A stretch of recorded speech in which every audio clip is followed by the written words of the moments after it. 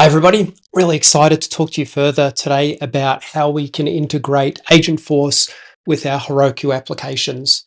And this is a very, very big field and something that is very important to discuss. So first of all, let's quickly recap what is Heroku. So Heroku is a cloud platform as a service, which means that it's a place where we can put our web applications to work on the internet. And this might include a whole range of things. It could be a member center, it could be an e-commerce store, it could be a tool for assisting your staff internally with information they have to work with. There's a whole bunch of different use cases, and really, it's something which is going to be unique to your clients, to your companies. Heroku is able to run this tooling in an application window, meaning inside a browser. And Heroku is, of course, part of Salesforce, so it benefits from being part of the whole security boundary of Salesforce. Heroku was super easy to use. It was developed for this purpose. It was developed so that people who were writing these applications could easily set up their infrastructure and not have to put undue attention on things like scaling, backup, security, and could just get on with being a productive developer. Next thing we want to talk about is Agentforce. What is Agentforce? Well, to understand that, we need to go back one step and understand what an agent is. In the world of artificial intelligence, AI, an agent is any tool which receives an input, typically called a perception, because that input could be any one of a number of things. It could be something that somebody types. It could be information it draws out of a database. It could be something which is spoken into it or seen in an image, or could be something else. So it's some sort of an input. Based on that input, the agent does something with the information. That's where our AI comes into it. And we give it some boundaries. We give it some instructions of what we would like it to do. But once we've provided those instructions, the agent then makes its own decisions about what to do with it. For example, it could be a tool which, maybe a user types in a booking for a hotel.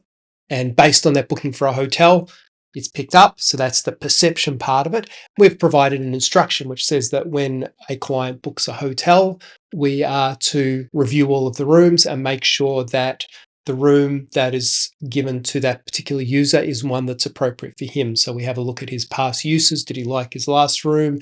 Does he generally like a top floor or a bottom floor? Does he like a view or no view? Does he prefer, various things that we look at, price point, all of that sort of stuff. And then the agent makes a decision and makes a booking. So that's the final part of it. An agent is the output, the final thing that it does. So really an agent is just something which performs a function that can be separated out from human intervention. And we give it some agency to do that. So within Salesforce, we have a thing called Agentforce. So Agentforce is really then receiving inputs from across our sphere. Could be from Data Cloud, could be from inputs from a chat window or some other source, feeds into the agent sitting within Salesforce, and we've provided it some boundaries. Okay, this is what we would like you to do, and allow it to provide an output. So an example of that might be a chat window. A customer on a website was looking at hotel rooms and says in the chat window, do you have an availability for tomorrow night? The agent receives that piece of information, checks inside the booking computer, notices that there's an availability for a particular room that we think this particular user might like. We see that he's a return user, and so we've got a special price for him, and it returns and says, hey, yes, I have a room for tomorrow night. I can offer you a special price on that room. Click this button here to book that room. And so the user clicks the button and the booking occurs. And there was no human interaction there except for the original prompt to the agent that had to be done. So that's an example of what Agentforce might be. Another example might be where we have information being fed into Data Cloud. Let's say it's a bunch of users all logging in at the same time. And so we've got a list of 100 users, and the agent might be programmed to recognize that when there's 100 users logged in, that it should trigger some special event to occur and alert somebody. And so it can, send that alert maybe via Slack or maybe through something else, and it proceeds from there. So there's some very basic examples. Agents are something which are taking off at the moment. So the full functionality and the full breadth of what they are supposed to do has not yet been fully explored. And so we're going to have customers out there that are going to be coming up with great ideas as long as we can prompt them to do that. Give them some incentive or idea to come up with brilliant ideas. And as I am very much a fan of saying, the best ideas are yet to be had. So it's up to us to stimulate and to cause those ideas to come about. Our customers will come up with them, and then it's our job to go ahead and build them and provide them the tools to be able to do that.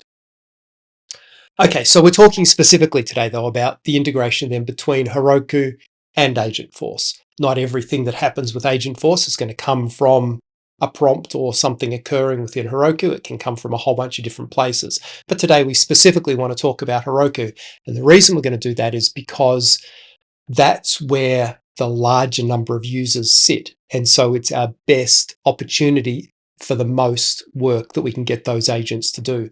So for sure, you can have agents set up internally. When an opportunity is moved to a particular phase, then the agent notices that, a status, the agent notices that and triggers a whole bunch of things similar to a workflow that you might have set up in earlier times.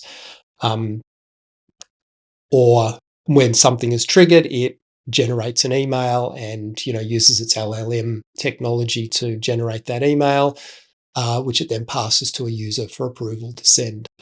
So that's internal. But when we're talking external, we're talking about the broader number of users. You have a company, and that company, through their website, has access to everybody. And maybe it's okay, let's zero it down to their specific market.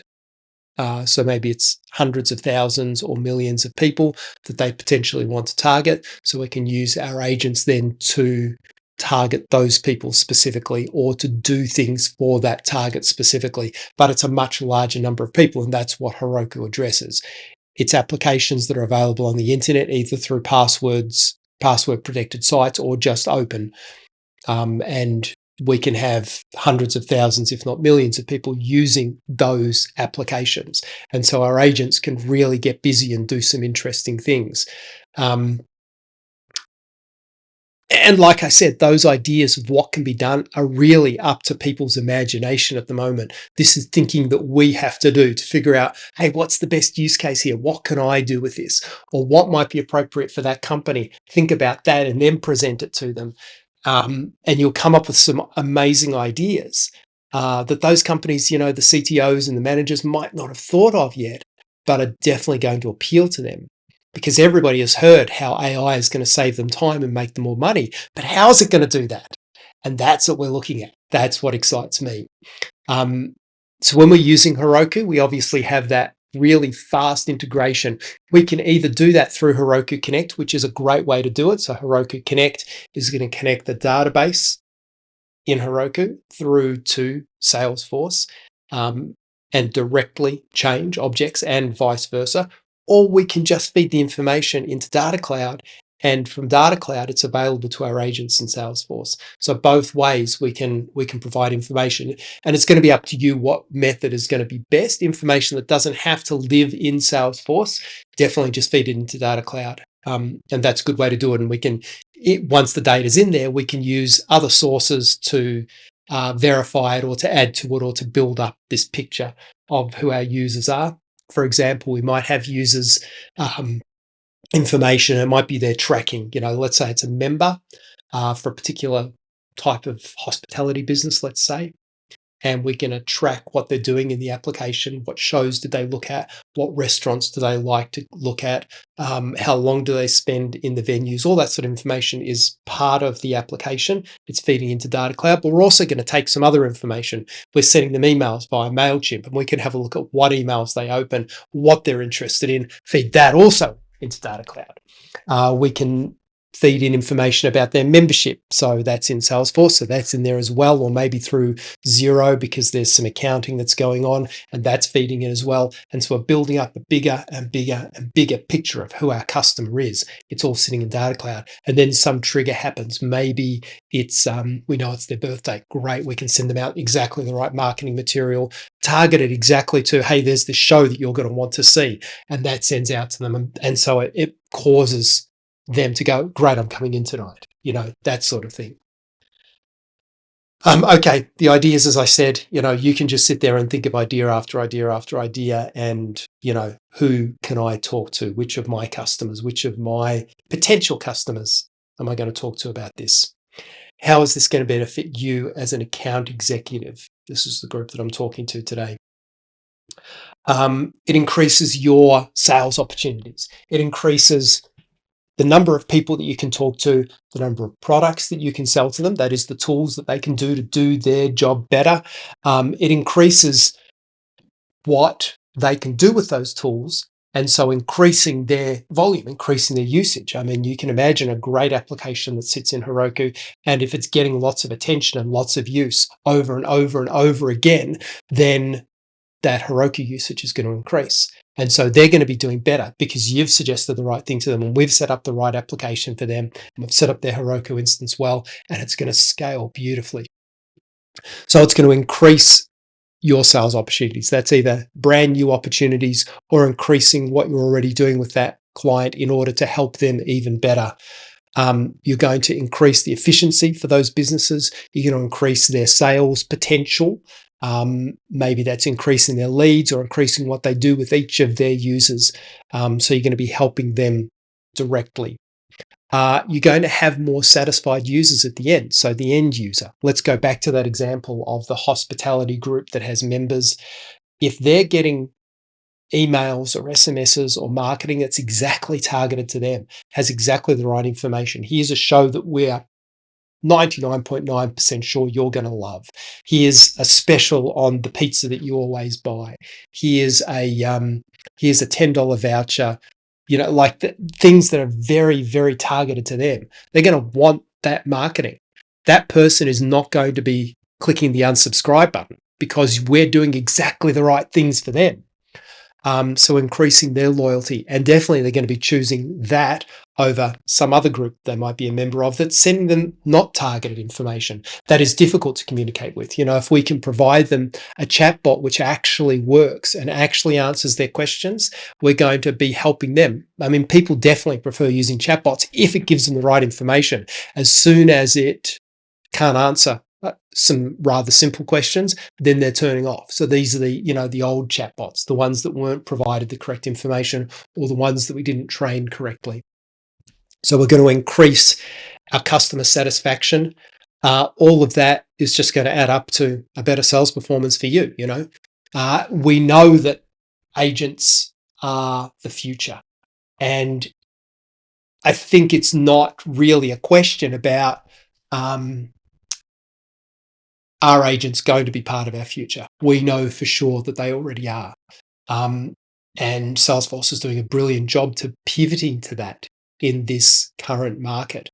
And we could find that within a few short years, the ability and skill of these agents increases so dramatically that it's going to be most of what we sell. And being able to do that for an enterprise customer in a way that is secure, in a way that is usable by them, can actually achieve what they need it to achieve and not be bound by the barriers that are set in place for a more consumer market, are going to be incredibly important. And we are on the cusp of that, and we're going to set up our clients for that. Okay, how do we know how to look for a client? What are we looking for? So we're looking for a client that has a large market that they might not be tapping into, or that might have dissatisfaction among that market because we're not answering exactly what they want. We're going to look for customers who have an application which is customer facing for them that isn't answering the needs of their users. Maybe it's too old, or maybe it was set up in a time where the viewpoint was slightly different. So these ones are right for it. We're also going to look for a customer who has a good viewpoint on Salesforce, because those people know that Salesforce is secure. They know that it's easy to use. They know that Salesforce understands the need of businesses. And so they'll know that if we're going to sell them Heroku and we're going to sell them Agentforce, that will carry over. That level of security, that level of understanding, that level of caring for them as a client is all going to track over. So these are people we're going to look for. Any company that has systems which are not automated. This is key. They're using their personnel to do things which should be automated, or in this day and age can now be automated. So they might not have thought of how this could be automated before, but now they're thinking about it. So these are some of the things, or your knowledge of how AI works makes you think, hey, that could be automated. They might not have thought of that yet, and we're going to show them how that could be. Anybody who has analytics or use that they have difficulty tracking. And this could be because they can't collect enough data, or they've got two disparate data sources. So the key to that obviously is putting it all into Data Cloud and then having our agents look at that information and do something with it. And you'd be amazed what insights can be pulled out. There's some of the things we're going to look for. I have a lot more to say on this subject, and I want to do more of these types of webinars on the subject. I want to keep them short. I want to keep them interesting. If you have specific things that you want to learn about this, or specific things that you want to know, I want you to just reach out to me and just tell me, and I will definitely address that either in the next webinar or to you personally. I'm happy to do one-on-one demonstrations, or again in a webinar, of how a Heroku/Agentforce integration can work and should work for some of your clients. One of the difficulties with doing a demo like that, though, is you're limiting by what I'm thinking of at that moment. There's so many things that could be done, but we can certainly demo. Here's an example of how that could work. We have articles on the Reinteractive website, and there might be a link up on the screen at the moment. But I think the most important thing is a ton of education and discussion. So education is key. We need to understand a lot, as much as we can, about how AI works, how agents work, and how we can start utilizing these tools for the great good of our customers. And we should discuss these things internally. Talk with your peers and with partners and people who may know different snippets of information, and see what ideas they're having. And this is the thing that AIs can't do yet, and probably will never be able to do, and that is come up with new ideas and brilliant ideas. And this is up to us to have those ideas that we can put into action for our customers. So that's all I'm going to say today. Happy to answer any of your questions, so please just get on to me. Thank you.